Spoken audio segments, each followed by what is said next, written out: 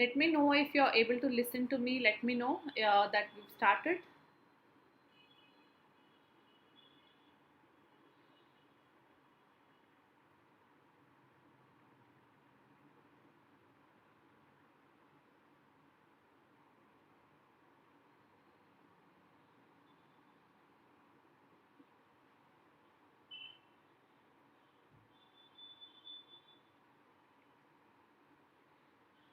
Okay, so I think that all of you are able to listen to me and see me, and everything is going fine. So let's begin our class. Good evening, Dr. Dilip, Dr. Sandeep, Abdul Rahman, Neelam, Dilip, Yadav. Very good evening to all of you. And I guess most of you are appearing for the examination. And this is a continuation of our prior class that we took, about 4-5 days ago. So this is going to be a continuation of the same class. So we've done about otology class in the prior session. We will be doing rhinology and pharynx in today's class. Although I wanted to incorporate larynx also, but I think we will be doing that as a separate session. We will be doing mainly otology in rhinology and pharynx in today's session. So good evening to all my dear students, all of you who are wishing me good evening in the chat box. Although I can't tell everybody's name, but wishing you all a very good evening. Dilip, don't worry, don't get scared. It's normal to be scared before the examination. It's abnormal to be confident and feel that, I know everything. That little fear is good, but don't be over scared. Don't be in that extreme tension. Don't be in that extreme pressure. Just have a little fear, because that is going to push you to study, to be on the track. And it is always nice to have that minimal or little fear in your back end of the mind, because that will stay or keep you grounded. Okay, so with this, let's begin the session. The first question which I'm putting up for all of you is: Onodi cell and Haller cell are seen in relation to optic nerve and flora of orbit, optic nerve and frontal sinus, optic nerve and sphenoidal air cell, optic chiasma and nasolacrimal duct. So if you cannot see the question very clearly, I will just zoom it in for all of you so that you can visualize the question very clearly. Yes, so optic nerve and Haller cells are seen in relation to what structure? Sorry, Onodi cell and Haller cells.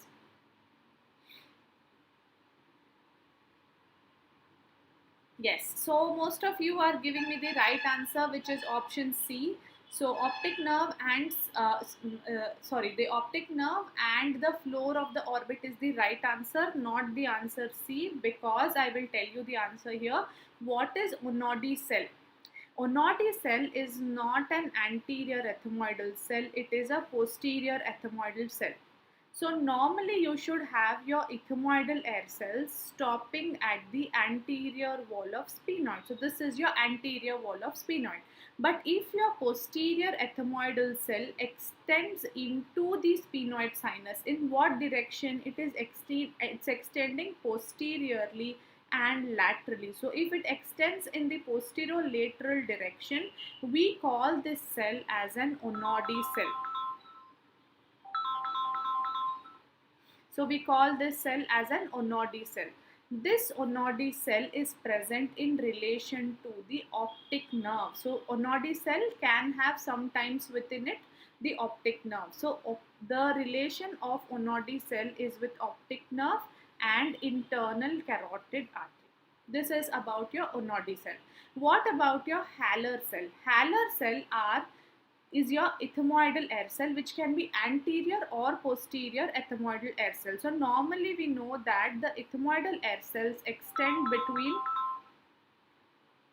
middle turbinate and medial wall of the orbit. So if we see, the ethmoidal air cells will be present somewhere here between the medial wall of the orbit and the middle turbinate. But if we have an ethmoidal air cell in relation to the floor of the orbit, we call this cell as Haller cell. So Haller cell is present in relation to the floor of the orbit. Okay, all of you got it?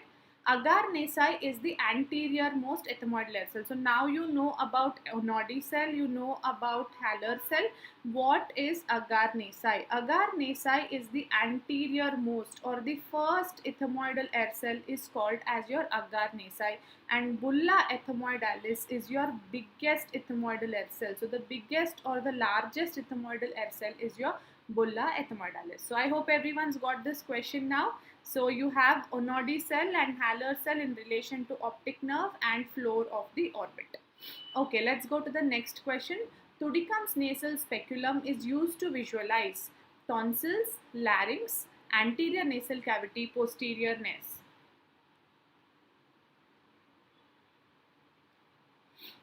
Yes, I'm waiting for all your answers quickly in the chat box. We're going to go quite fast now because this is a very, very simple question.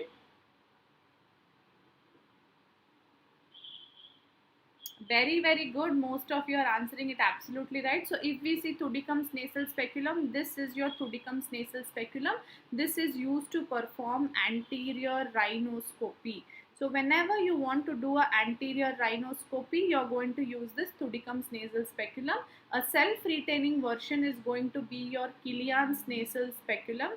And the one that you see here is called as St. Clair Thompson posterior rhinoscopic mirror. So this is your St. Clair Thompson posterior rhinoscopic mirror, and this mirror is used for posterior rhinoscopy. So this mirror is called as St. Clair Thompson posterior rhinoscopic mirror.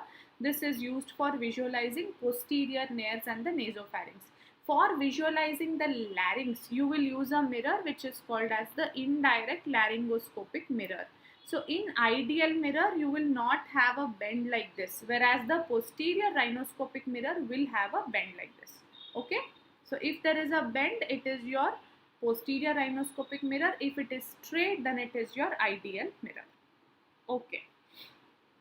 After a laparoscopic appendectomy, a patient had fall from the bed and a fall on her nose, after which she had swelling in the nose and difficulty in breathing. Next step in the management will be IV antibiotics for 7 to 10 days, observation in the hospital, surgical drainage, or discharge the patient after 2 days and follow up the patient after 8 weeks. Yes, Dr. Goodwill, St. Clair Thompson curette is also used for adenoidectomy. So it has two types. It has one with a guard and one without a guard. It is also called as one with cage, one without a cage. So for adenoidectomy, the name stands the same. St. Clair Thompson adenoidectomy curette. That's right. Yes, so I see this is a answer given by all of you in the right way. So this is basically talking to you about septal hematoma. So if you see here, there is a swelling on either side of the septum. So whenever you see a swelling on the either side of septum after a fall, after a trauma, you should always think about septal hematoma. But the same clinical picture can be given to you with a different clinical question. Like they can give you a patient presented to you after a fall, swelling on either side of the septum with fever, with headache, with lymphadenopathy. That time your answer will change to septal abscess. But here they have given you only swelling in the nose, so your answer will be septal hematoma. So for a septal hematoma, what you will do obviously incision and drainage.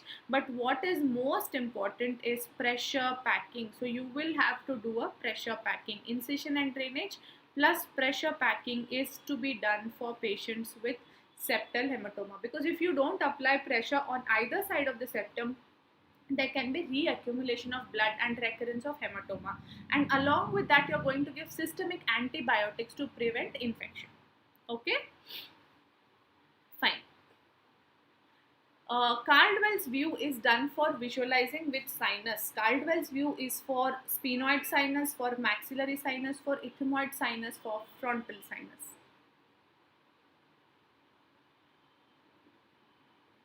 Yes, so I'm waiting for all your answers. When do you do a Caldwell's view? Yes, so Caldwell's view is also called as occipitofrontal view. So occipitofrontal view is your Caldwell's view. So occipitofrontal view or your Caldwell's view is done to visualize which sinus? Obviously the frontal sinus. So if we see the x-rays here, We have some x-ray over here.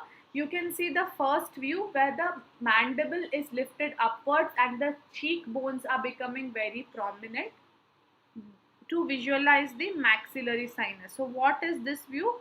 Occipito-mental view. So occipito-mental view is used to visualize the maxillary sinus.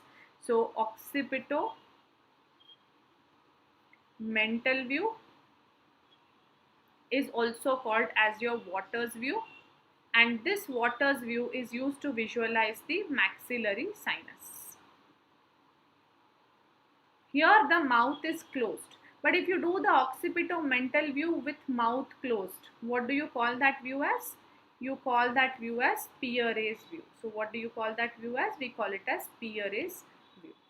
Okay, and here you see the radiation is given from the occiput towards the frontal sinus. This view is called as Caldwell's view. So Caldwell's view is for your frontal sinus. Okay, so Caldwell's view is for your frontal sinus. So just to summarize all that we studied so far, occipito-mental is for which sinus? Occipito-mental is called as your Waters view for your maxillary sinus. So just remember that Waters view, reverse, it becomes M. So Waters view is for maxillary sinus. Then you have got occipito-mental with mouth open. That view is called as Pierre's view. And then we have got the third one, we have got occipito-frontal view. So occipito-frontal view is for visualizing your frontal sinus, and this view is also called as your Caldwell's view. We can also take a lateral view x-ray that will help us to visualize the sphenoid sinus. Okay, great. Now let's go to the next question.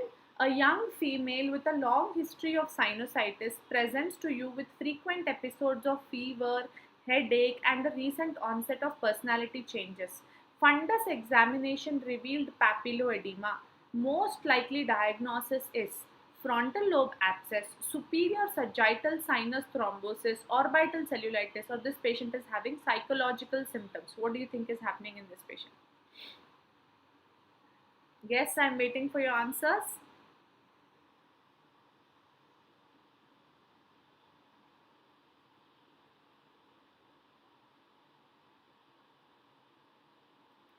Yes, very good. I'm seeing so many of you are giving me the correct answer. So typically here the keywords that they have given to you with long history of sinusitis, presenting to you with frequent episodes of fever, headache, and recent onset of personality changes. So whenever you have any patient with personality changes, you must definitely think about any lesion in the frontal lobe, because frontal lobe is responsible for your personality. So whenever there is a frontal lobe abscess, you will get this personality changes. So your answer will be frontal lobe abscess.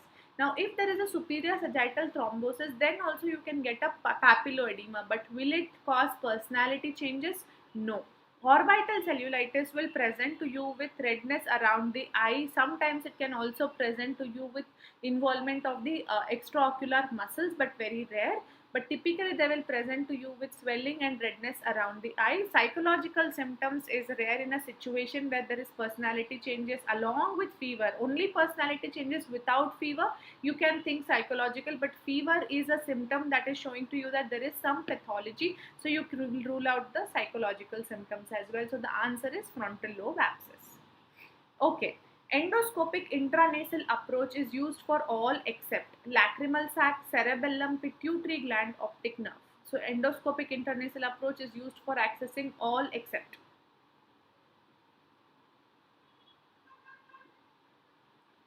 Yes, I am waiting to see all of your answers, because there is a question on the endoscopic intranasal approach in the recent examinations. I have incorporated this. So if we see, this is our orbit, We have the upper canaliculus, lower canaliculus joining to form the common canaliculus. This opens into the lacrimal sac, and from this the nasolacrimal duct opens into the lateral wall of the nose in the inferior meatus. So transnasally, can I go through the nose to open the lacrimal sac into the nasal cavity if there is a dacrocystitis? Instead of doing an external approach, can I do an endonasal approach? Yes. So can it be used for an approach to lacrimal sac? Yes. Now obviously pituitary gland, we know that the roof of the nose contains a sinus called as the sphenoid sinus, and the roof of the sphenoid sinus contains a depression called as sella turcica. This sella turcica lodges the pituitary gland. So here we will have the pituitary gland. So transnasally, can I open the sphenoid sinus to reach the pituitary gland? Yes. Optic nerve. Typically, we know that the medial wall of the orbit has, through that we can go to the orbital contents and we can decompress the optic nerve. But can we go to the cerebellum, which is a structure in the posterior cranial fossa? No. So cerebellum cannot be accessed via the transnasal approach. Okay, the next question. A 49-year-old diabetic presents with a black necrotic mass filling the nasal cavity and diplopia on the affected side. Management should be endoscopic dacrocystorhinostomy, steroids, IV amphotericin B and orbital exenteration, antibiotics. Now this is something that has to come to you very organically. They're telling to you that there is a diabetic patient, black necrotic mass, and there is diplopia on the affected side. What should it come to you, especially after this pandemic of COVID? There has been a sudden surge in the increase in number of these cases. What are we talking to you about? Very good, my dear students. All of you are absolutely right. I can see all of you are writing the answer also very elucid, like you're putting all the correct answer. So the diagnosis here that we make is your mucormycosis. So when we are thinking about mucormycosis, we have to be very aggressive because this is an angio-invasive organism. So since it is angio-invasive, it can invade the blood vessels and cause tissue ischemia. And when it causes tissue ischemia, there will be necrosis of the tissue. And when there is necrosis of the tissue, the fungus will multiply and spread to the adjacent site very, very rapidly. So this has to be addressed in a very rapid way. So you will have to, if there is an orbital involvement, how do we know orbital involvement? Diplopia. So you will have to remove the orbit before, remove the eyeball before it spreads to the cranial side or to the brain. So you will have to do an orbital exenteration and give antifungal. The drug of choice is amphotericin B. So which type of amphotericin B? Lyophilized or liposomal? Yes, the answer is liposomal form of amphotericin B. So liposomal ampho B is the drug of choice. Good. Now let us go to the next question. A 45-year-old male with a history of nasal blockade for 6 months. On examination, the patient had a nasal mass with mucin discharge. What is the probable diagnosis based upon the CT scan? Anthropoidal polyp, ethmoidal polyp, maxillary sinus carcinoma, or allergic fungal sinusitis? Yes, very good, Dr. NL, because we give amphotericin B because it is less nephrotoxic. That's right. Yes, I'm seeing again many of you are answering it absolutely right. Here there is a typical appearance that you see radiologically. What is this typical appearance that you're able to see radiologically? Areas which are hyperdense. What is this suggestive to you of? This is suggestive to you of fungus. And areas which are grey. What does this suggest to you of? This suggests to you of mucin. So mucin with fungus, and if you see there is no destruction. So if you see, this is your medial wall of the orbit which is intact. This is the lateral wall of the orbit which is intact. This is the lateral wall of the maxillary sinus which is intact. Floor of the maxillary sinus is intact, and this is your lateral wall of the nose and the medial wall of the nose. So it is extending from the sinus into the nasal cavity without any erosion. So is it invasive fungal sinusitis? No, this is suggestive to you of non-invasive fungal sinusitis, and typically when we see this appearance, which we call it as double densities must tell you that it is a case of allergic fungal rhinosinusitis. So the answer will be AFRS, allergic fungal rhinosinusitis. Yes. So here, goodwill, typically you will get this hyperdense area because of the presence of chitin in the fungal cell wall, and that chitin is hyperdense on the X-ray or radiologically. So that is why you get white areas. Mucin appears grey. Yes, Janukirti, typically for this we have a criteria which is called as Bent and Kuhn criteria, where serum IgE levels should be elevated. The KOH mounts should be positive. Typically there should be allergic mucin. You must have the typical radiological appearance like this, and you must have nasal polyposis. All these together will form the Bent and Kuhn's criteria for allergic fungal sinusitis. Okay, I hope all of you got it. Now let's go to the next question. The current treatment of choice for an anthropoidal polyp in a 10-year-old is intranasal polypectomy, Caldwells approach, FES, lateral rhinotomy and excision.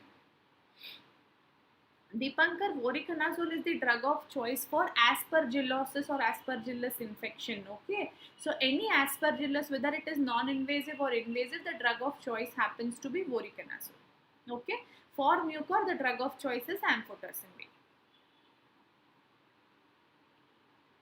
Yes, so the current treatment of choice for a large anthropoidal polyp in a 10-year-old, whenever we talk of an anthropoidal polyp, the treatment is never going to be medical therapy. It is always going to be surgery, and the surgery of choice is FES. What does FES stands for? It stands for functional endoscopic sinus surgery. So FES is for functional endoscopic sinus surgery. Now polyps is something that you should definitely study for your examination. So let us have a quick comparison between anthropoidal polyp and ethmoidal polyp, so that when you go for exam you should be able to recollect it. So when I say anthropoidal polyp, what is the origin of the polyp? Can anybody tell me in the chat box what is the origin of anthropoidal polyp? In the name only you have the answer.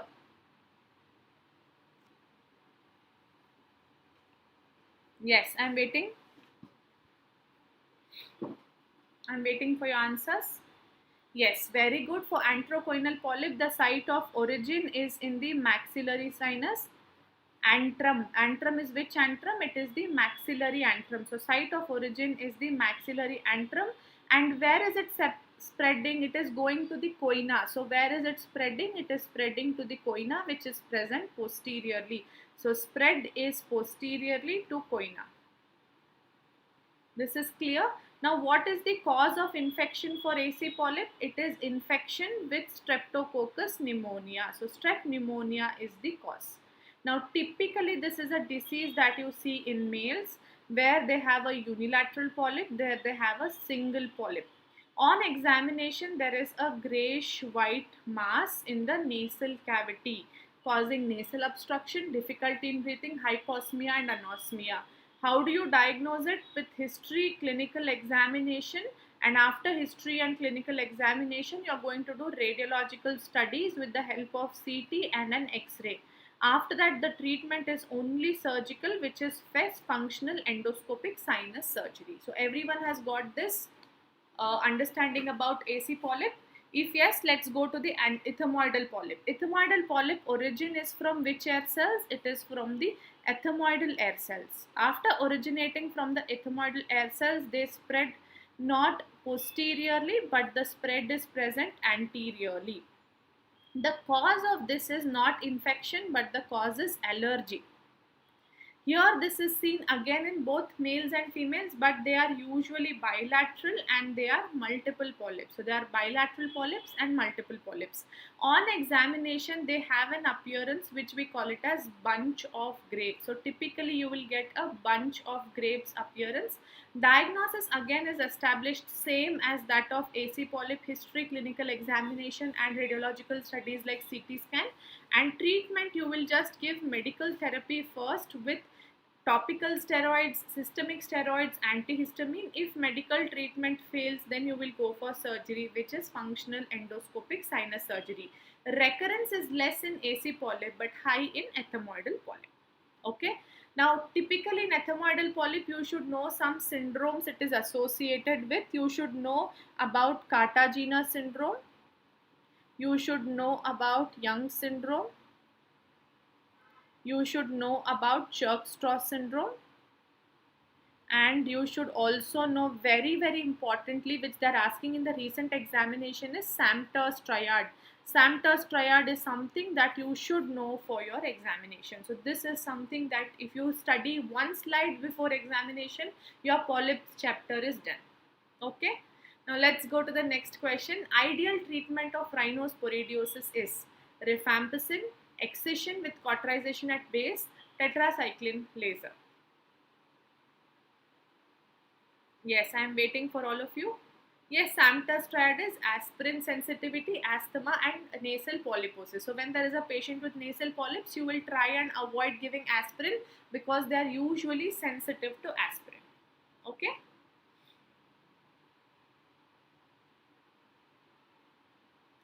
Yes, I am seeing all of you are answering the question right. So typically here the answer for ideal treatment for rhinosporidiosis is excision of mass with cauterization of base. That is a very important thing that you need to know about rhinosporidiosis. Let's recall some important things about rhinosporidiosis. It is seen in which part of India? Is it seen in southern India or northern India? Which part of India do you see this most often? Yes guys, come on, answer it very quickly. Yes, it is seen in South India. Very good. Northern India, you will have Rhinoscleroma. For South India, you will remember it as Rhinosporidiosis. What is the etiology? Is it a bacterial infection, viral infection, fungal infection, protozoal infection? What is the cause?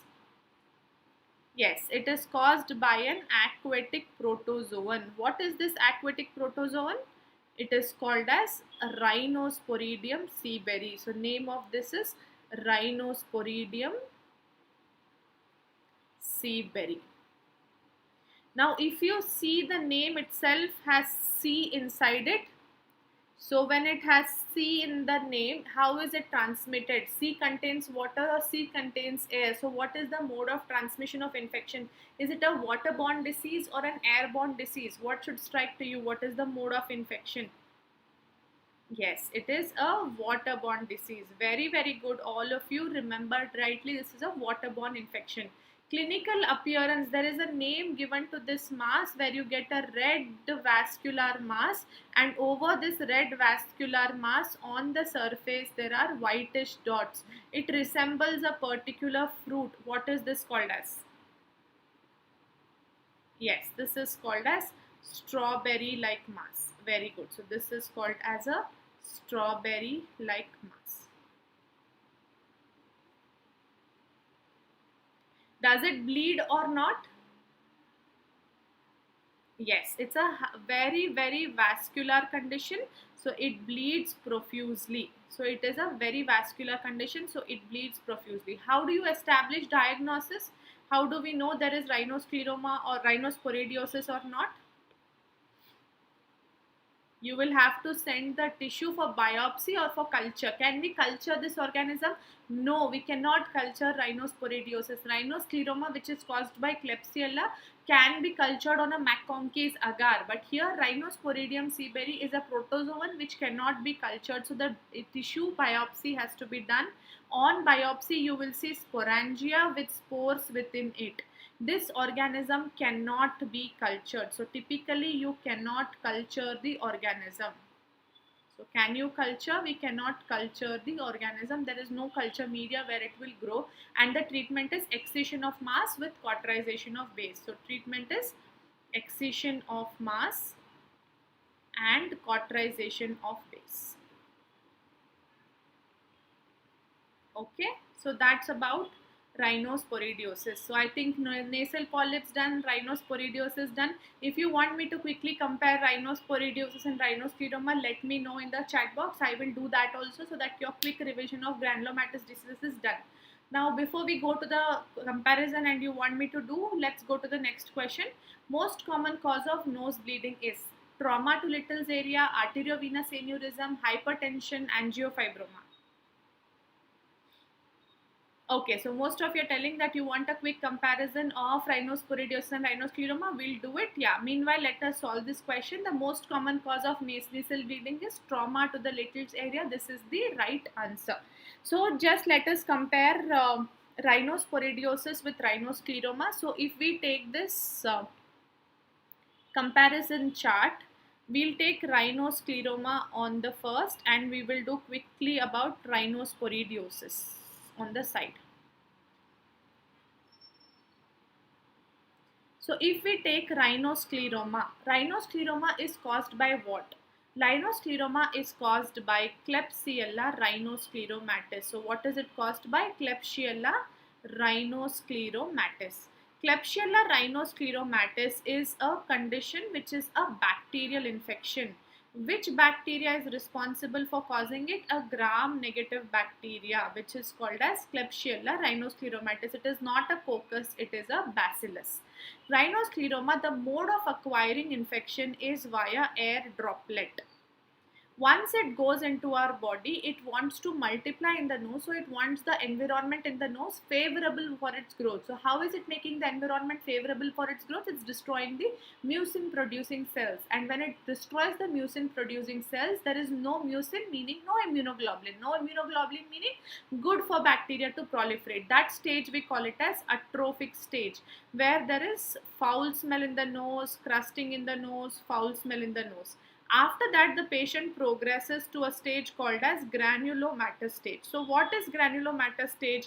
Now their body will sell its immune cells, neutrophils, bacteria, neutrophils, macrophages, epithelioid cells that will go and fight against the bacteria and form a granuloma.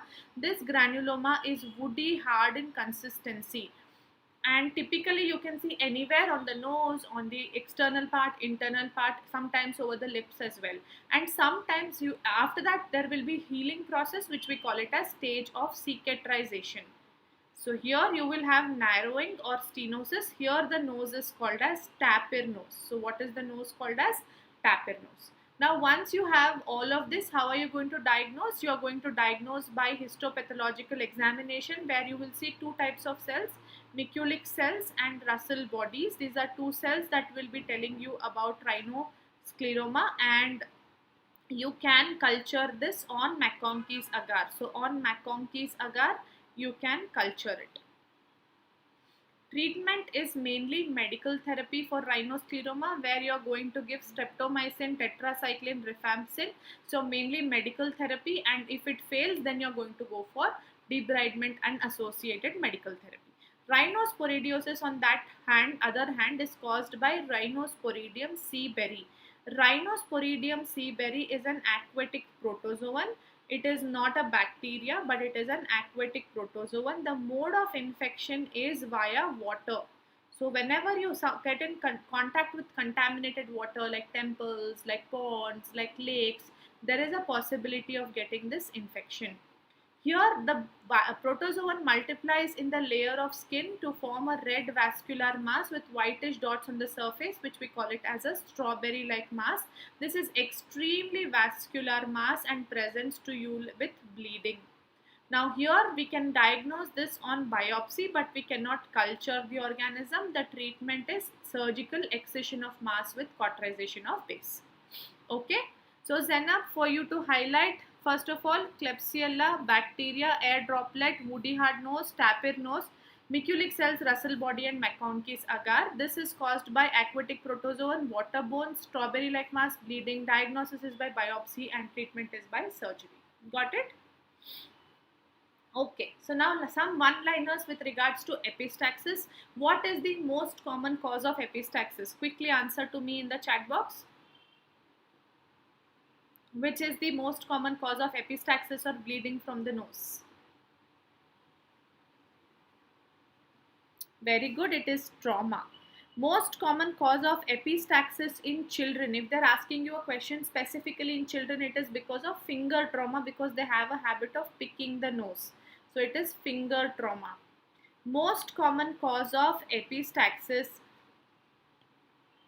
with foul smelling nasal discharge, and there is unilateral it is unilateral in children, then what will your diagnosis with? Foul smelling, unilateral with bleeding, you should think about.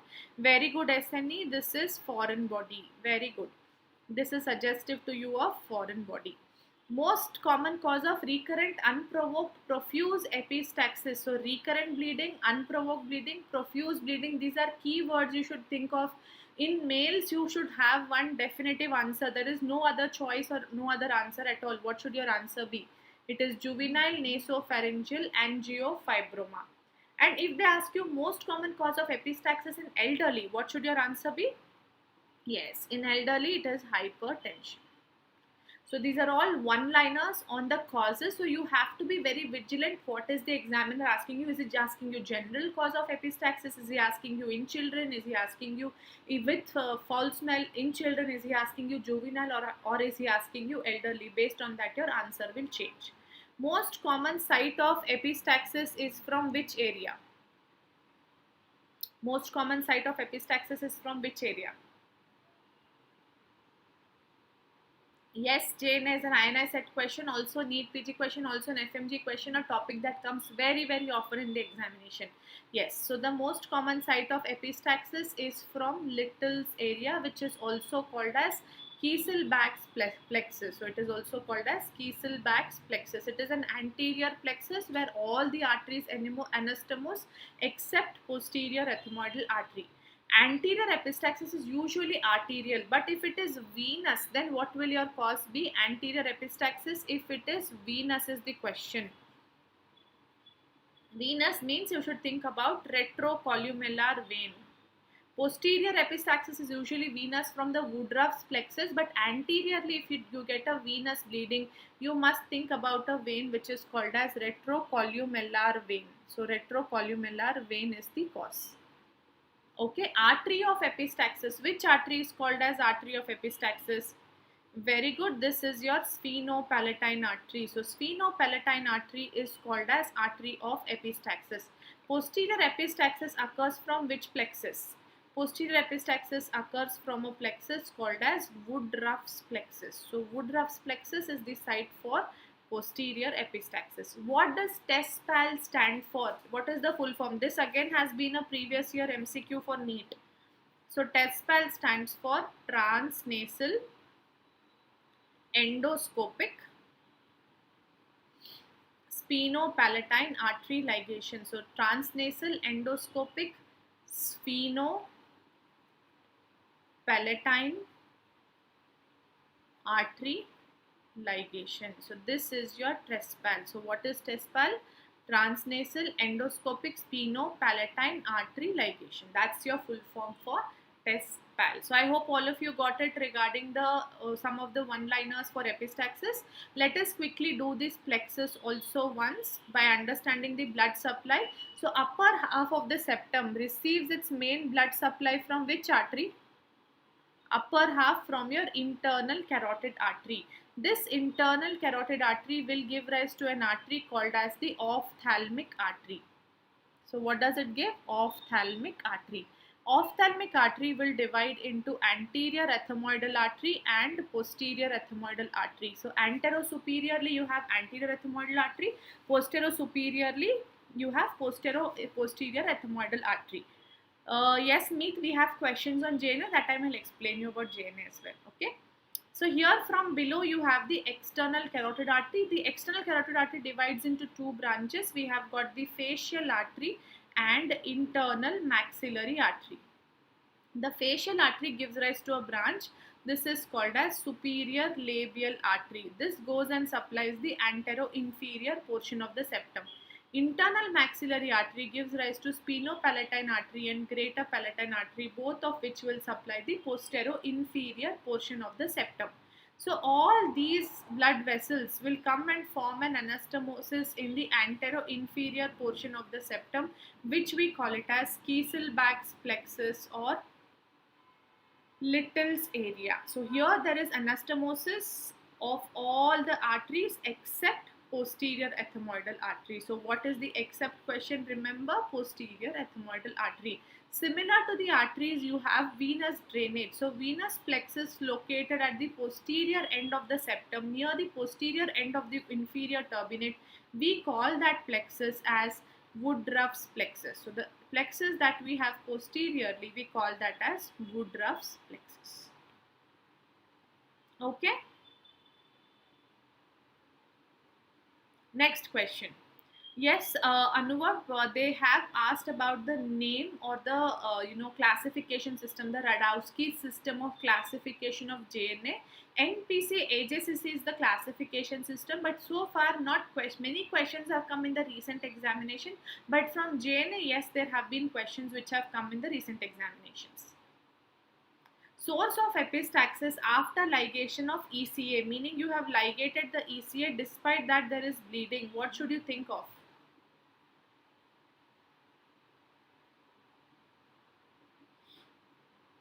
Yes, very good. All of you are absolutely right. So we have source of epistaxis after ligating your external carotid. You must think about ethmoidal artery, because ethmoidal artery is a branch of ophthalmic artery, and ophthalmic artery is a branch of internal carotid artery. So when you have ligated the external carotid artery, if there is still some bleeding, you must think that the bleeding is from ICA circulation, not from your ECA circulation. And the only artery that we have is ethmoidal artery. So I think that is okay for epistaxis. You have understood about everything. Just quickly to summarize, whenever we have epistaxis, after initial medical therapy, whatever we do, like pinching the nose, bending forwards, taking history, clinical examination, you will do nasal endoscopy. On nasal endoscopy, if you see that there is a single bleeding point, you will coagulate the bleeding point. So if there is a single bleeding point, you will coagulate the bleeding point. So what will you do? You will do a coagulation. But if you have got not single bleeding point, but if you have got multiple bleeders, or you don't have endoscopy at all, then you're going to do an anterior nasal packing. If anterior nasal packing fails, then you're going to do posterior nasal packing. If this also fails, then you're going to do ligation of arteries. The order of ligation of artery is, the first artery that you will ligate is spinopalatine, followed by internal maxillary, followed by either ethmoidal or external carotid artery. Okay. So I hope all of you got it. Now let's go to the next question. Thank you, Zainab, for my appreciation of my handwriting. I'm trying to write fast, and I hope this is legible for all of you. So what is the nerve damage in zygomatic fracture? Supraorbital nerve, infraorbital nerve, facial nerve, or lingual nerve? Yes, Anuva, for adults, the most common cause is again going to be trauma and idiopathic, except if they mention elderly, although they say that recent trends are saying that hypertension is not listed as one of the causes, but hypertension can be attributed as one of the causes, with so many books giving it as a reference. But it is an overrated statement as per many articles that have come up in the recent time. So that is a controversy in terms of elderly, but rest assured, for all the things you can answer trauma as your cause. Okay. Yes, I will be sharing the PDF on the PrepLadder Telegram link. Once it is done, it will be shared with all of you, the annotated version. Okay. So nerve damage in zygomatic fracture is going to be your infraorbital nerve, and how many of you have answered this rightly. So whenever we talk about zygomatic fracture, it is also called as tripod fracture, because there are three fracture lines. So if you see, there is a fracture line at the zygomatico-frontal suture, zygomatico-maxillary suture, and zygomatico-temporal suture, like a tripod. That is why this fracture is called as tripod fracture. You can see that there is a foramen here near the floor of the orbit, which is called as your infraorbital foramen. So typically when there is a fracture at the zygomatico-maxillary suture, the infraorbital foramen, which exits the infraorbital nerve, can get damaged, resulting in anesthesia over the cheek. So whenever there is a tripod fracture, you must think about involvement of the infraorbital nerve. Okay. Fine. Next question. What is the most appropriate investigation for an angiofibroma? Angiography, contrast enhanced CT scan, MRI, or a plain X-ray?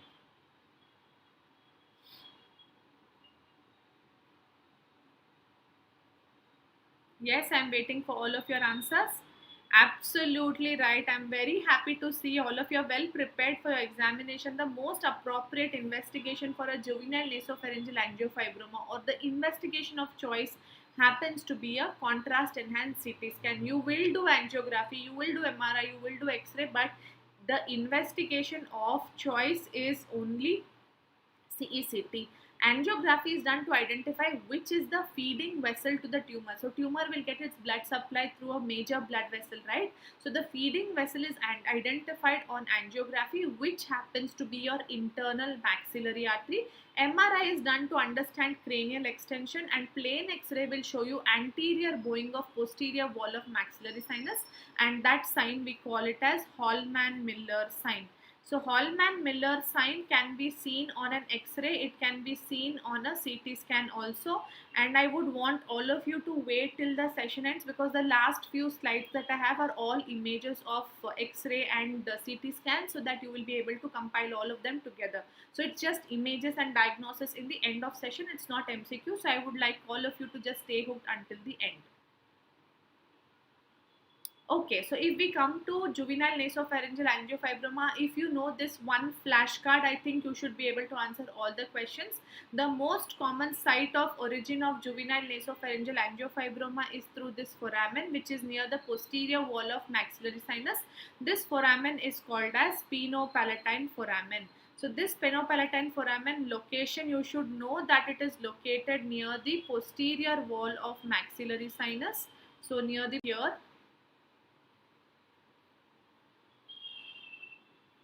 So typically on histopathological examination, what you will see will be blood vessels in a fibrous stroma, but these blood vessels will lack the tunica media. So these blood vessels will lack the tunica media, which is your smooth muscle layer, and as a result, since they lack the tunica media or the smooth muscle layer, they will present to you with profuse bleeding from the nose. So recurrent unprovoked profuse epistaxis with anemia will be a very important clinical feature. On examination, you can see a red vascular mass in the nasal cavity going into the posterior part of the nose, and here you should know that since it is in the nasal cavity, it will also present to you with nasal obstruction, widening of the nasal bridge, swelling of the cheek, and proptosis of the eye, which we call it as frog face deformity. And since it is a benign condition but locally invasive condition, it is benign but it is locally invasive. So since it is locally invasive, it can spread to adjacent sites. It can go from the sphenoid sinus to the cavernous sinus, involving the cranial nerves. So which cranial nerves are involved? The second, third, fourth and sixth cranial nerves are involved. So this is basically a site that will tell you basically a slide that will tell you everything about JNA in detail, and I hope all of you got it. Okay. Yes, Kavya, this bleeding cannot be controlled with adrenaline as well.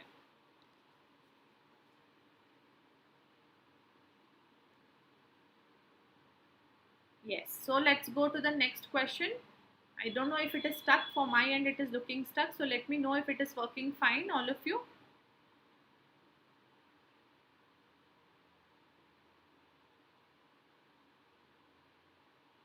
Yeah.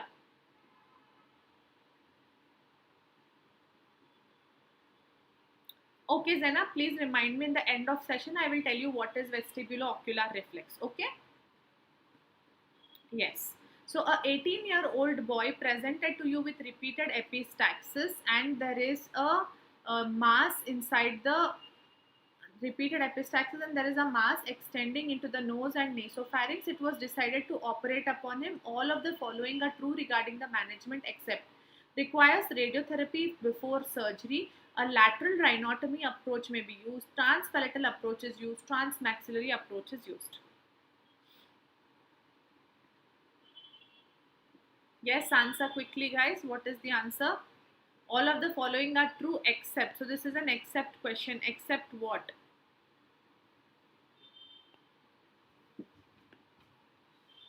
Yes, so whenever we talk about juvenile nasopharyngeal angiofibroma, the treatment is embolization followed by surgical excision. So the treatment will always be to embolize or to stop the blood supply to the tumor, followed by surgery. So embolization followed by surgical excision will be the treatment of choice.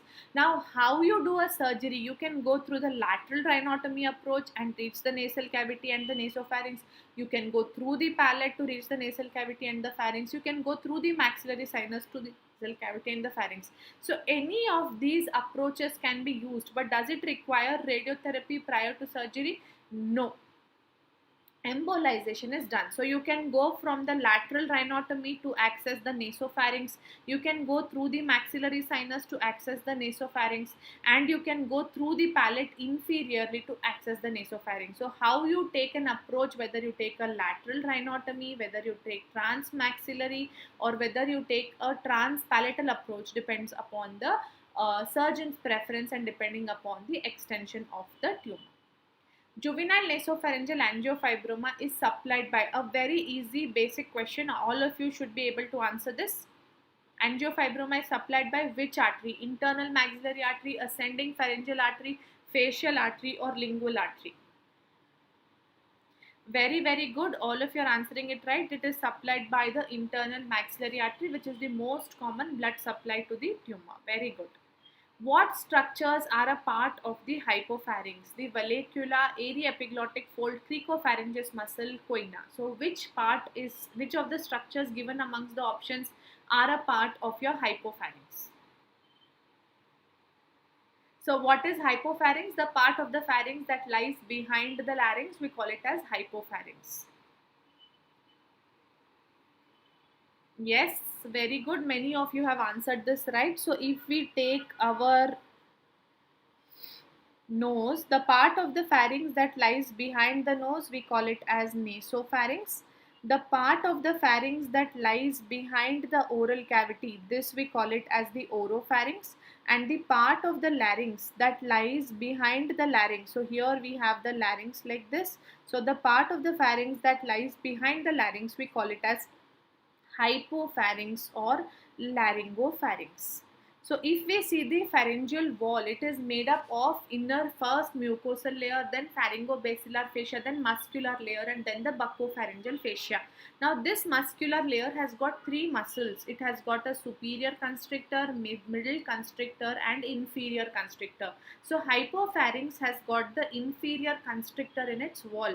The inferior constrictor is made up of two parts. It is made up of thyropharyngeus and it is also made up of cricopharyngeus. So it is made up of thyropharyngeus and it is also made up of cricopharyngeus. Okay. So can I say that cricopharyngeus is a part of your hypopharynx? Yes. The cricopharyngeus is a part of your hypopharynx. Now basically there are three subdivisions of the hypopharynx. What are the three subdivisions of the hypopharynx? We have got the pyriform fossa, post-cricoid region, and posterior pharyngeal wall. So if I take this as the larynx, where this is your epiglottis, this is your ariepiglottic fold, this is your true cords, these are your false cords, and these are your arytenoids. Now on the sides of the ariepiglottic fold, behind them you have got these two depressions. What are these two depressions called as? This is called as the post-cricoid area. Sorry, this is your pyriform fossa. One second. So this is called as your pyriform fossa. Pyriform fossa are depressions on the posterior part of your ariepiglottic fold. Here you have got the post-cricoid region behind the interarytenoid part, and you have got a wall. This wall is called as your posterior pharyngeal wall. So three P's: pyriform fossa, post-cricoid region, and posterior pharyngeal wall. All these three together will constitute your hypopharynx. So I hope everyone remembers the hypopharynx now. Yes. In carcinoma of base of tongue, pain is referred via which nerve? Hypoglossal nerve, facial nerve, glossopharyngeal nerve, or lingual nerve? So quick answer, guys. There are many more questions to go and we have to finish it within time so that you can spare the rest of the time for other subjects as well, since ENT is not the only subject which you got to revise.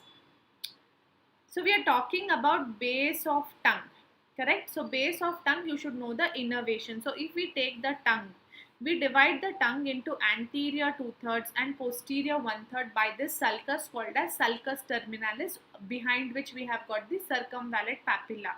So the general sensory for the anterior 2/3 of the tongue. So what is the general sensory nerve for the anterior 2/3 of the tongue? It is via lingual nerve, and lingual nerve is a branch of auriculotemporal nerve, which is a branch of your trigeminal nerve. Posterior 1/3 of the tongue is supplied by the glossopharyngeal nerve.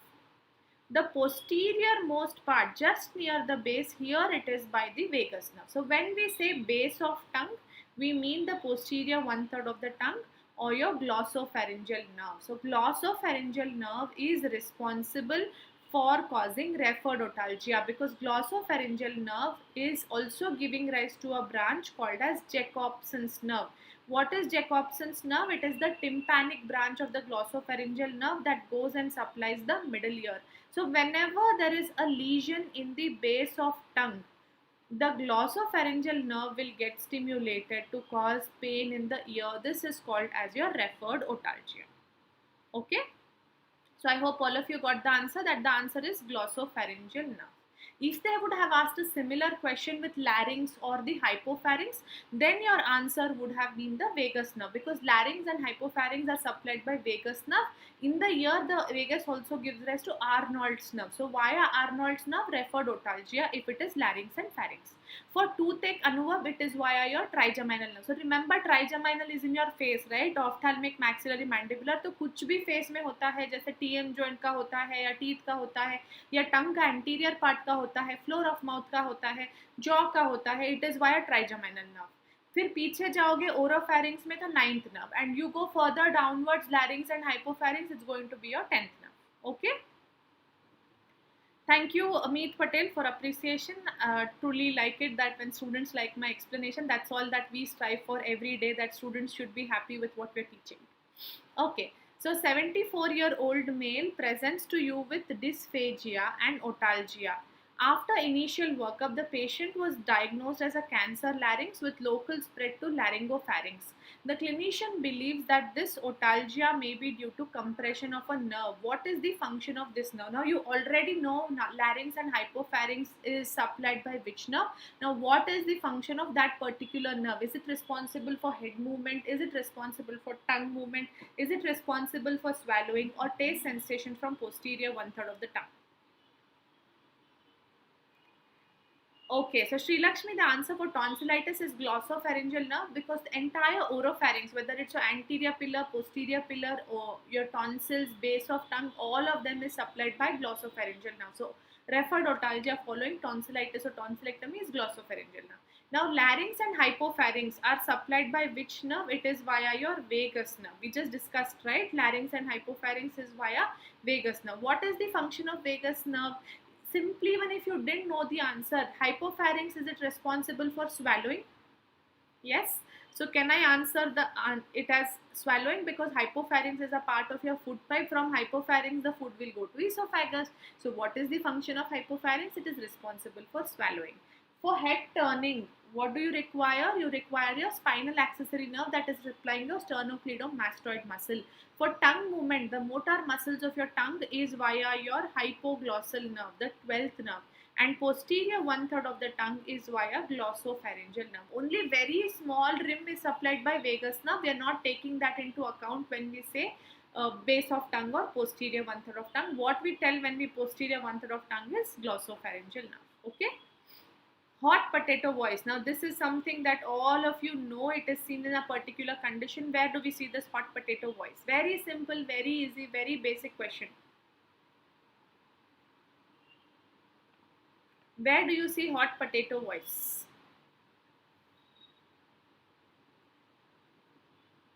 Yes, so hot potato voice is seen in quinsy. And what is quinsy? Quinsy is nothing but your peritonsillar abscess. So peritonsillar abscess is an abscess in your peritonsillar space. Peritonsillar space is the space between your capsule of the tonsil and your superior constrictor muscle. So we have a capsule and we have a superior constrictor muscle. So this space between the capsule of the tonsil and the superior constrictor muscle, we call it as peritonsillar space. And if there is a peritonsillar abscess, we call it as quinsy. Now this happens to be a oropharyngeal mass. So where do you get this quinsy? It is seen in peritonsillar abscess or quinsy. Okay. Lymphatic drainage of pyriform fossa is through which nodes? Prelaryngeal node, parapharyngeal node, upper deep cervical nodes, or mediastinal nodes? Again, a very, very basic question. Thank you, Dravidian. Answer everyone. Lymphatic drainage of pyriform fossa. You just have to memorize. This is something that you will have to remember, that pyriform fossa drains into the upper deep cervical lymph nodes. So the pyriform fossa drains into the upper deep cervical lymph nodes. Prelaryngeal node is drained by your subglottis. Parapharyngeal node doesn't exist. Mediastinal nodes will drain the mediastinal structures, not the neck structure. So you can easily rule out, because mediastinal lymph nodes, why will they drain anything in the neck? They will be secondary drainage sites for the structures of the neck, not primary. So mediastinal nodes is not the answer. There is nothing called as a parapharyngeal node. Prelaryngeal node is draining the subglottis. So prelaryngeal node, pretracheal node will be drained by the subglottis. Supraglottis and your pyriform fossa will be drained by your upper deep cervical lymph nodes. So I hope everyone got the answer here. So one-liners. Passivant's ridge is formed by which muscle? Passivant's ridge is the ridge that cuts off the nasopharynx above from the oropharynx below, so that when you eat and swallow, the food doesn't go into the nasopharynx and gets regurgitated. What is this ridge formed by?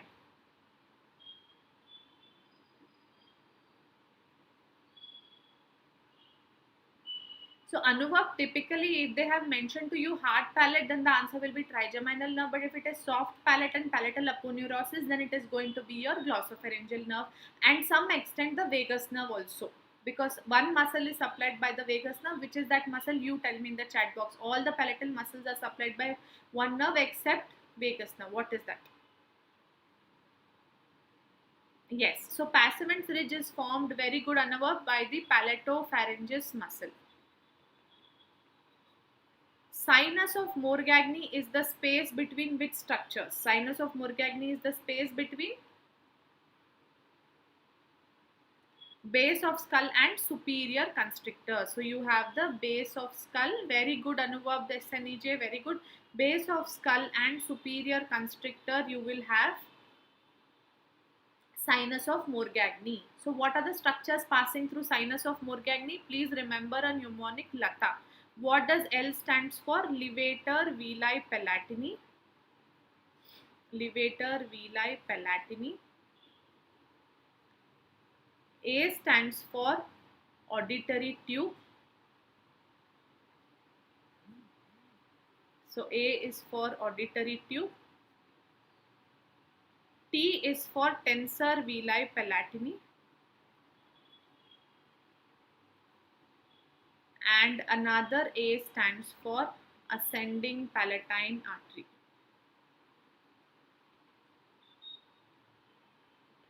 So I hope everybody got the answer for structures passing through base of skull and superior constrictor, which we call it as sinus of Morgagni.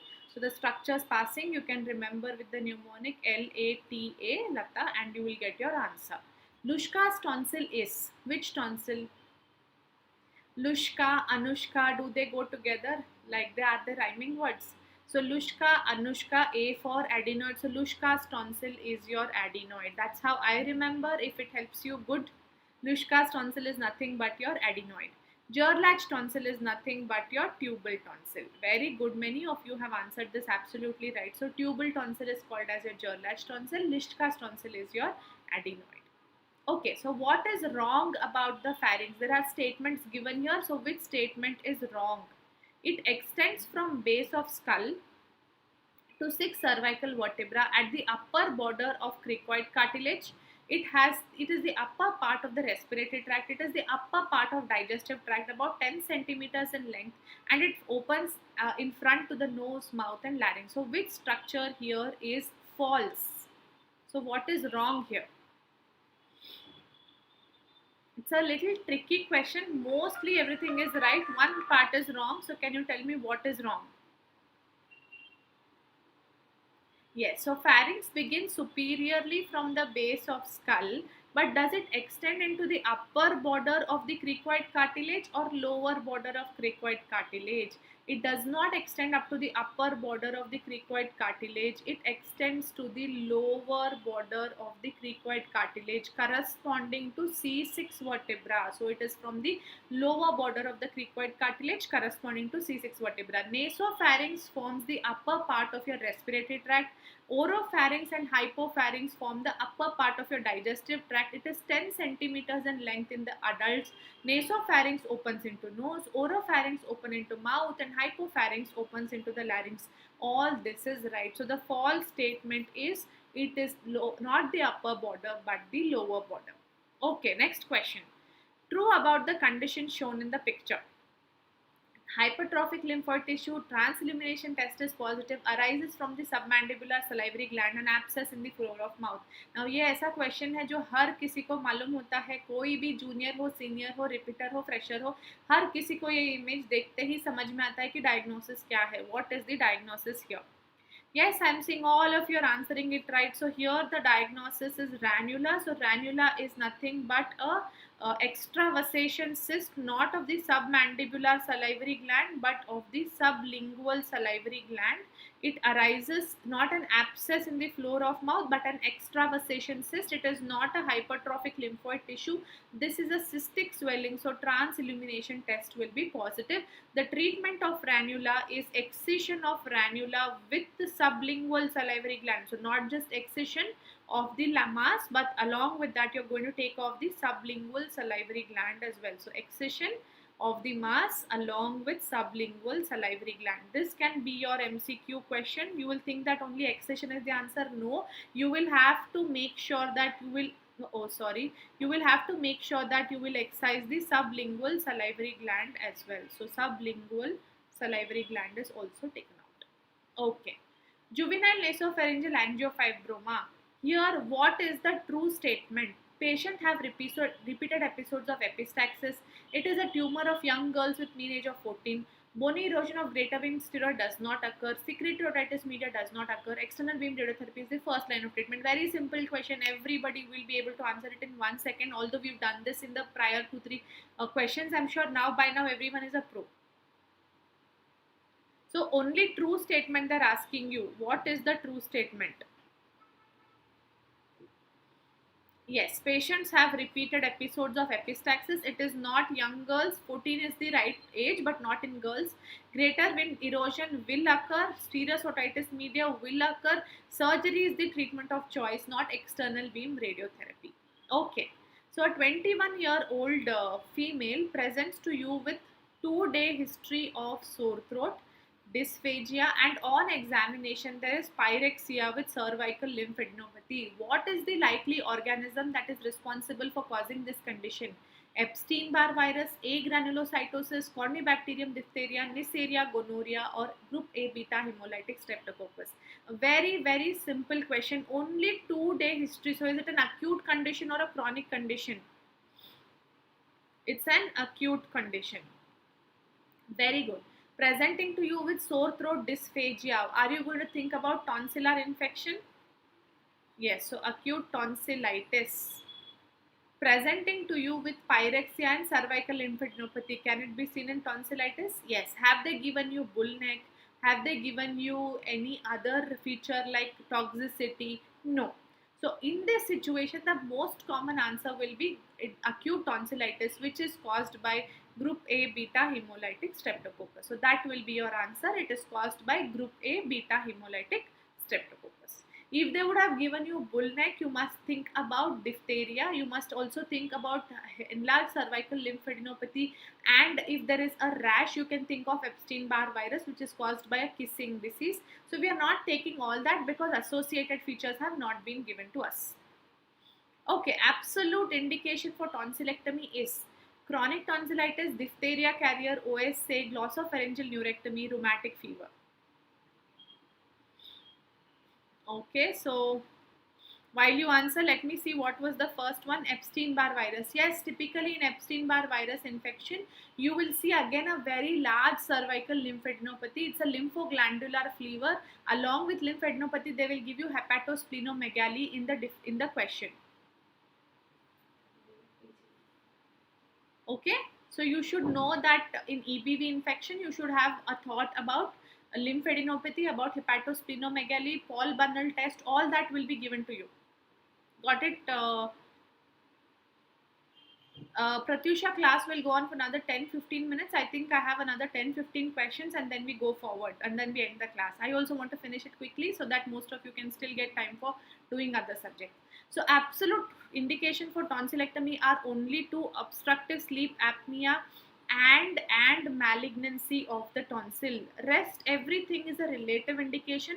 These are the two indications for tonsillectomy, that in children if they have OSA, not adults, I'm talking a child with OSA and malignancy of tonsil are two absolute indications for tonsillectomy. Rest everything, chronic tonsillitis, recurrent tonsillitis, glossopharyngeal neurectomy, for rheumatic fever, for excision of styloid process, for doing pharyngeal surgeries, that is all relative. Only two absolute indication is OSA and malignancy of the tonsil. Which of the following is not a complication of acute tonsillitis? So which is not a complication, they're asking. This is very easy question. Please remember, acute tonsillitis is caused by group A beta hemolytic streptococcus. So this group A beta hemolytic streptococcus will have cross-reactive antigens against myocardium, against glomerulus, against kidney, against joints. As a result, can it cause rheumatism, nephritis? Yes. And ascending infection from tonsil, it can also cause middle ear disease. But Bezold's abscess is not following tonsillitis. Bezold's abscess happens following mastoiditis, not following tonsillitis, but following mastoiditis. Yes, Anubhav will be doing X-ray views in the last. I told you, right? I have put all of them in a chart. So we will be doing it. Just give me 10 minutes and we are going there. Which of the following is not a feature of pharyngeal diphtheria? Diphtheria is something that you can expect in the examination. So which is not a feature of pharyngeal diphtheria? Enlarged tender cervical lymph nodes, pyrexia, true membrane, toxemia, bull neck. Something is strikingly telling you that I am not a part of diphtheria. I am not a part of diphtheria. Who is it? Yes, that is your true membrane. True membrane is seen in membranous tonsillitis. In diphtheria, we get a pseudomembrane. Why we get a pseudomembrane? Because the membrane is not coming from the tonsillar tissue. Membrane तो आ रहा है from the bacteria. Bacteria is liberating exotoxin. ये exotoxin जाके एक membrane बना रहा है. तो is it coming from tonsil or is it coming from the mucosa of the pharynx? नहीं, it's coming from the bacteria itself. So it's a pseudomembrane, not a true membrane. Okay. I'm going fast. If you need any more detailed explanation, give me answer in the chat box or ask me in the chat box. I will explain. Otherwise, we'll finish or wrap it up more quickly now. Okay. Which of the following is not true regarding acute retropharyngeal abscess? Is it common in children? Produces difficulty in breathing and suckling, limited to one side of the midline. Incision and drainage is done from outside the carotid sheath. It forms due to suppuration of retropharyngeal lymph node. So they're asking you which is not true. Again, I'm seeing most of you are answering it absolutely right. So incision and drainage is done transorally. Why would you want to put carotid at risk, right? You don't want to put carotid at risk. So you will never do incision and drainage from carotid sheath, because once you damage the carotid, patient can die on the table. You don't want to take that risk. Is it common in children? Yes, it is common in children because it happens due to suppuration of your node of Rouvier. This node of Rouvier is a retropharyngeal node which drains the tonsil and adenoid. So following tonsillitis and following adenoiditis, this node of Rouvier can suppurate, and if it suppurates, it can cause abscess in the retropharyngeal space, and it is common in children. And if there is an abscess in the retropharyngeal space, obviously breathing and suckling will be difficult. It is a space on the side of midline, so it will produce a swelling on one side of the midline, and it forms due to suppuration of lymph node is the correct answer. The wrong answer is incision is drainage through the carotid sheath is wrong. Yes, Anubhav, for parapharyngeal space you can do from outside, but for retropharyngeal space it is transoral. Okay, so a diabetic patient with a history of tooth extraction presented to a swelling in the neck over the upper third of the sternocleidomastoid muscle, and there is also displacement of the tonsil. What is the diagnosis? Yes, what is your diagnosis? See, whenever you get a unilateral bulge of tonsil, दो differential diagnosis याद रखना है. क्या है वो दो differential diagnosis? मुझे हिंदी अच्छा से नहीं आता है, but I'm trying so that I can keep you all entertained with my language, even if I can't keep you entertained through my English, at least through Hindi. ठीक है? Okay, so unilateral bulge of tonsil है तो two differential diagnosis is either quinsy, which is your peritonsillar abscess, or either your parapharyngeal abscess. Typically the pre-styloid compartment parapharyngeal abscess. Now in quinsy, will there be a neck swelling? No neck swelling. So in quinsy there will be no neck swelling. But in your pre-styloid parapharyngeal abscess, will you have a neck swelling? Yes, there will be a neck swelling because the parapharyngeal space extends up to the upper third of your sternocleidomastoid near your greater cornea of the hyoid bone. Okay, so that's why whenever you get a unilateral bulge of a tonsil, you should think about a parapharyngeal abscess if there is a neck swelling, because they have mentioned that in your question. If they don't mention, then you will think of quinsy or peritonsillar abscess. Yes, I am Telugu. I can use Telugu, but I don't want to because half of you will not understand.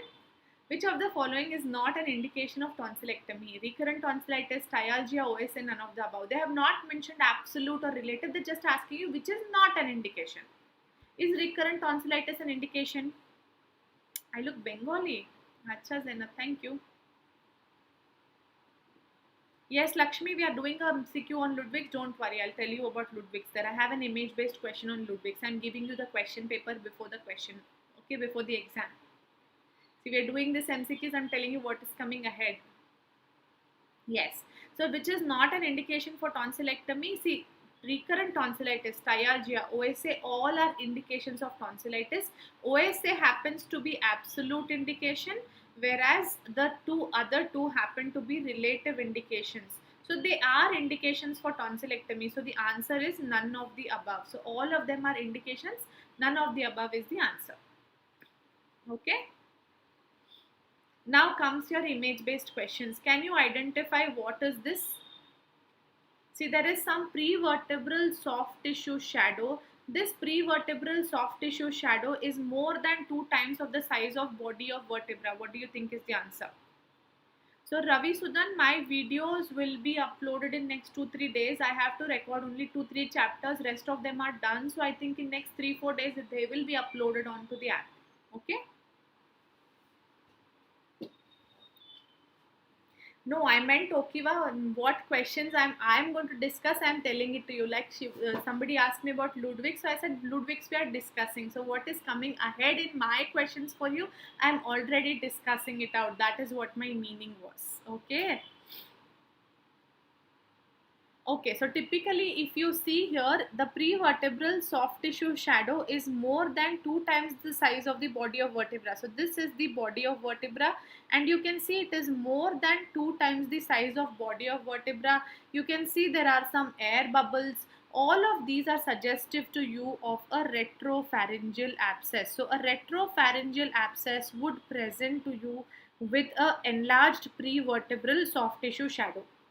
Normally the cervical spine will have a curvature or cervical lordosis, but here do you see there is straightening of the cervical spine? Are you able to appreciate that the cervical spine has become straight? So enlargement of the prevertebral soft tissue shadow, straightening of cervical spine, and presence of air bubbles are specific for retropharyngeal abscess. They can be seen in prevertebral abscess as well, but you to differentiate that you would require a further CT and MRI examination. Okay. How will I leak, guys? How will I leak question paper when I only don't know what is the question? Am I the examiner? No, right? I'm only giving you my questions which I think are high yield for your exams based upon whatever we learned through the entire last 4-5 years. That's all. So Palak Sharma, very quickly to help you understand retropharyngeal and prevertebral. Prevertebral will always be midline because it's a midline space. Retropharyngeal will always be on the side of midline because it's a paramedian space. Retropharyngeal space will end at the level of diaphragm, whereas prevertebral space will end inferiorly up to the level of coccyx. Both of them, chronic retropharyngeal space abscess and prevertebral space abscess, can occur following tuberculosis of the spine. And to differentiate these spaces, you will require a detailed CT and an MRI investigation to identify which space is affected. Okay. Okay, so do you see here there is anterior bowing of posterior wall of maxillary sinus? Dikh raha hai? This is your anterior wall. This is your posterior wall. So if you see that there is anterior bowing of posterior wall of maxillary sinus, we call this sign as Hallman-Miller sign. There is another sign that we see in JNA. This is a sign that you see in juvenile nasopharyngeal angiofibroma. There's another sign that we see in JNA which is called as Hondiusa's sign. Anybody knows what is Hondiusa's sign? This is also a radiological sign. So in Hondiusa's sign, what you will see is there is increase in the space between the maxilla and the mandible. So there is an increase in the space between maxilla and mandible.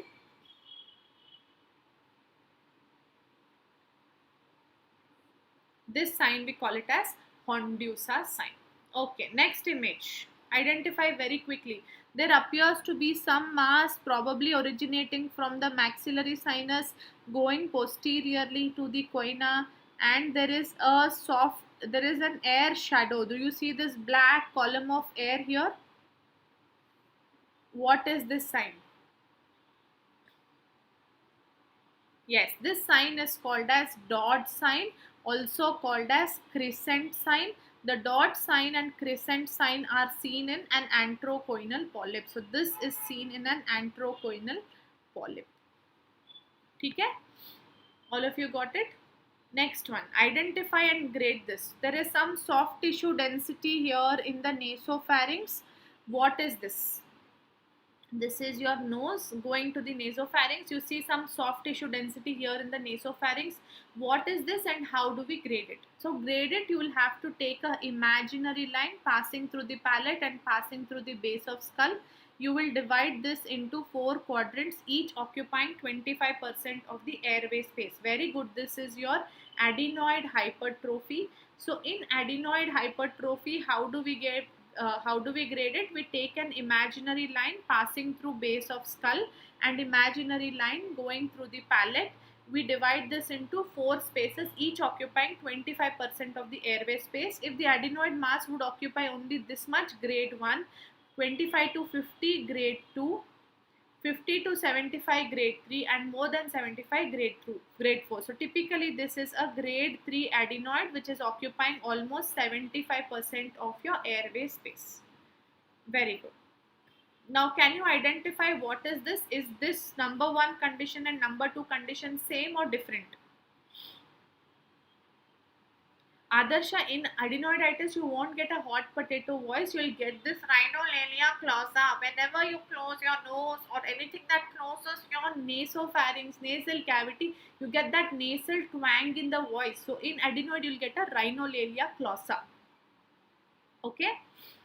So basically, there are 2 different conditions. The first one that you see here is your aphthous ulcer. So what is this? This is your aphthous ulcer. This is your aphthous ulcer. This second one that you see is your herpetic ulcer. Okay. Now typically aphthous ulcer and herpetic ulcer, they look the same, but what is the difference? Aphthous ulcer, you can see, will be seen on the softer portions of your body, like the lips, like the buccal mucosa. They are seen on softer areas of your body, whereas herpetic ulcers are usually seen on the hard palate. So remember, softer is your aphthous ulcer जो tension stress exam के time में होता है lips में, टंग में, buckle mucosa में, that's your aphthous ulcer. जो hard area is your herpetic ulcer. Okay.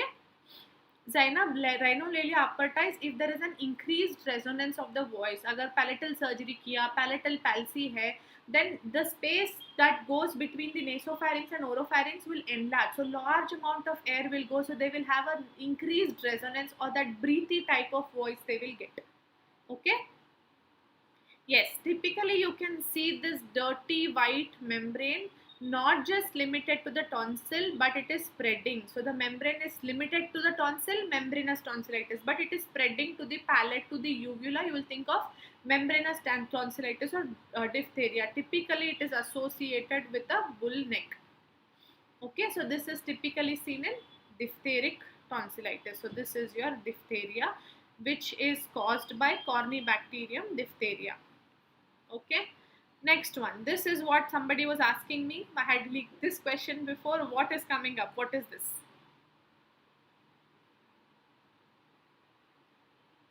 Yes.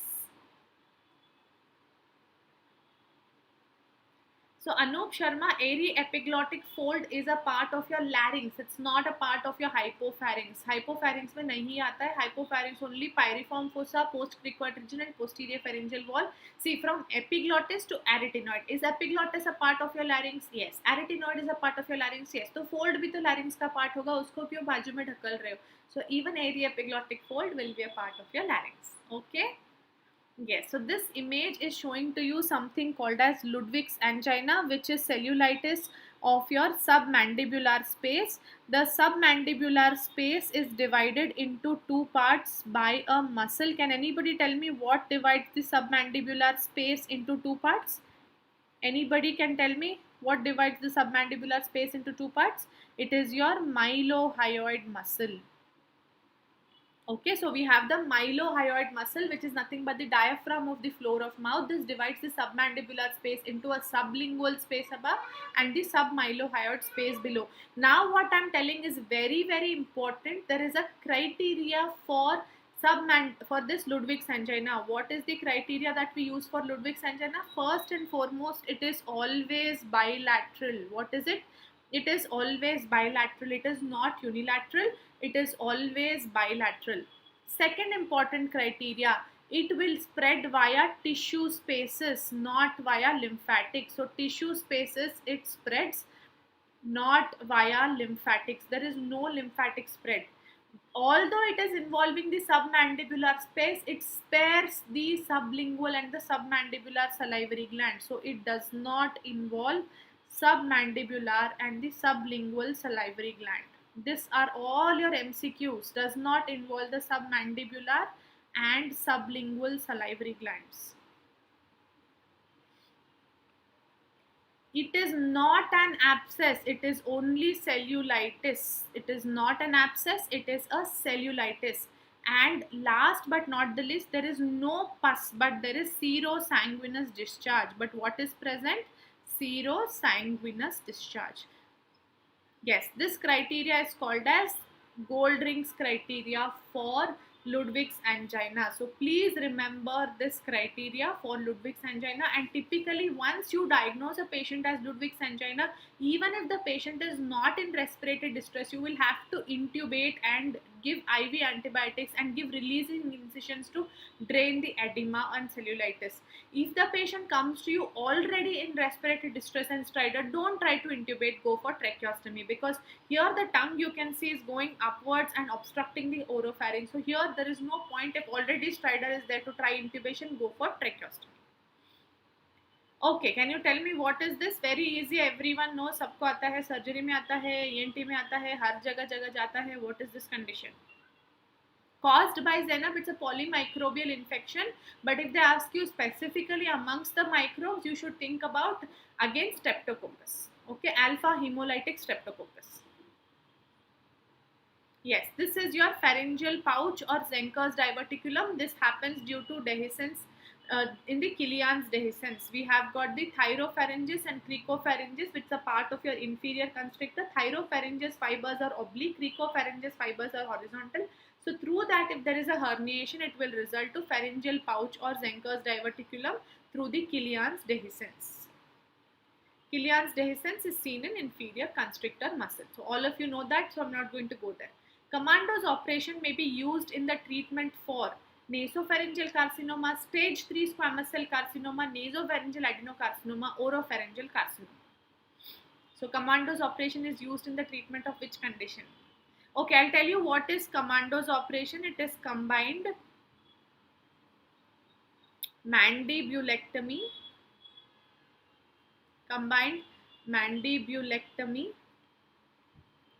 and neck dissection operation. So combined mandibulectomy and neck dissection operation, we call it as commandos operation, and this commandos operation is done for oropharyngeal carcinomas.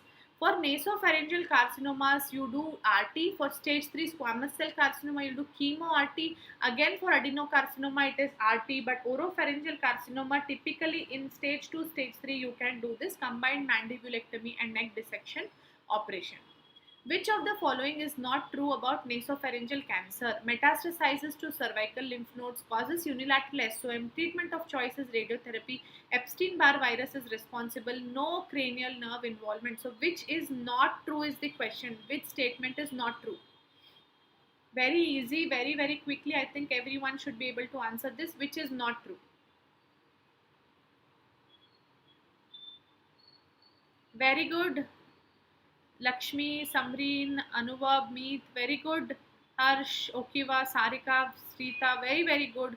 Drug of choice, very good. The answer is E. This is a cancer. Name only is telling you. Even if you didn't know anything about cancer, you can still answer. Cancer will spread. Nasopharynx is in very close proximity to the base of skull. So when it is in the very close proximity to the base of skull, don't you think it will invade the lower cranial nerves? Here is your nasopharynx. So if you have a nasopharyngeal carcinoma, don't you think it will invade the base of skull and cause cranial nerve palsy? It will invade. In fact, it will involve almost all the cranial nerves. It can cause Horner syndrome also. So it will spread to cervical lymph node, causes unilateral SOM. The treatment of choice is RT. Epstein-Barr virus is responsible, and there is no cranial nerve involvement is the false thing. Cranial nerve involvement is seen in NPC. Now, one important point that I think most of you will have forgotten will be Epstein-Barr virus is responsible. So for screening people in population where there is nasopharyngeal carcinoma endemic, what you will do is you're going to screen with the help of antibodies. So you're going to look for early antigen. So antibodies against early antigen. Okay, that will tell you if there is a possibility of nasopharyngeal carcinoma in the general population. Yes, IgA antibodies against early antigen is something that you should look for. Okay, a 15-year-old boy has nasal obstruction, mass in the cheek, epistaxis. I think all of you know this. 15-year boy, nasal obstruction. I know everyone knows this. Yes, it's also called as Guantoong carcinoma NPC. Yes, the answer is angiofibroma. Very good. Okay, 60-year-old man presents to the clinic with 55 centimeters solitary lymph node in the upper right cervical region and abnormal right tonsil. So, right lymph node, right tonsil. Assuming this is a squamous cell carcinoma, what is the N classification? So, I'll give you clues. N1 is when the cancer is less than 3 centimeters. N2 is if it is somewhere between 3 to 6 centimeters in nodal spread, and N3 is if it is more than 6 centimeters in the nodal spread. See, easy, right? N1, 3 1s are 3, 3 2s are 6, 3 3s is more than 6. Correct, that's how you remember. 3 1s is less than 6, 3 2 is between 3 and 6, and then 3 is more than 6. N2A is further divided into N2A, N2B and 2C. How will we remember this? Easiest way to remember you is A. A is your first alphabet. First means single, right? Yes. Single or first alphabet resembles Roman digit number 1 resembles alphabet I. So single and ipsilateral. To B. B matlab second alphabet, more than one. So single nahi hai, it becomes multiple. But it is ipsilateral. C is for contralateral. So what is C for? Contralateral. Okay, now you see they have given you 5 centimeter. Right side you have lymphadenopathy, right side is the tonsillar carcinoma, meaning ipsilateral, and they're telling you single lymph node, solitary lymph node. What will your answer be? Yes, answer will be N2A. Now is it easy to answer? All of you will be able to answer this now in the exam? Yes. All of you got it? Yes, very good. So we here they have given to you in a paragraph form. I just try to explain it to you in an easier form. Okay, so with this we end our session. Finally, our 1.5 hour class, although planned for 1 hour 15 minutes, went a little bit longer. But I think it was worth doing this class. I wanted to incorporate larynx also, but it would be really too long class and you would get fatigued. So maybe in the next sessions I will hold on the larynx class before your examination so that your complete preparation or revision happens. I have tried and incorporated to touch all important topics through these questions so that you are able to revise them all through with me in the class. That was the aim. I hope that I fulfilled your purpose. Thank you all for your appreciation. And yes, I will do more sessions. And of course, I nothing to tell more or nothing to tell less. I know all of you are competent. All of you are putting your hard work. You're doing what you can do to your best possible way. Just stick to it. Don't listen to any motivation from anywhere is my suggestion. That is something that I'll tell you because that's only going to work momentarily. You try to motivate yourself. That will stay with you till the day of examination. Tell yourself every day, tell yourself when you wake up, keep a paper in front of you when you wake up that I can do it and I will do it. That's all that you need for your examination. When you have that subconscious mind telling you that I can do it, I will do it, I can do it, I will do it, your mind will run, your body will try, and the entire universe or the world will try to work in your favor. So just keep telling yourself, I can do it, I will do it, I can do it, I will do it, and that is the only thing that will push you forward, at least as per me.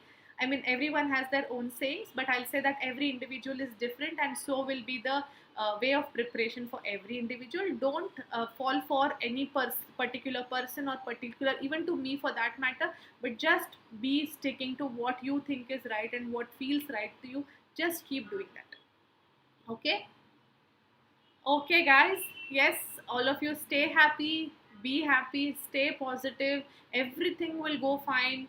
Don't panic. Have that little bit of stress because that's a good sweet stress for you for you to keep pushing forward and just keep doing what you're doing in the amazing way. I will be more than proud of all of you once your exams are over, and I'll be waiting to listen from all of you as to how you did your examination and how you fared well and how you got your scores. Hoping to see you all again in my next session. Until then, take care. Lots and lots of love and hugs to all of you. Please take care of yourselves. Bye bye.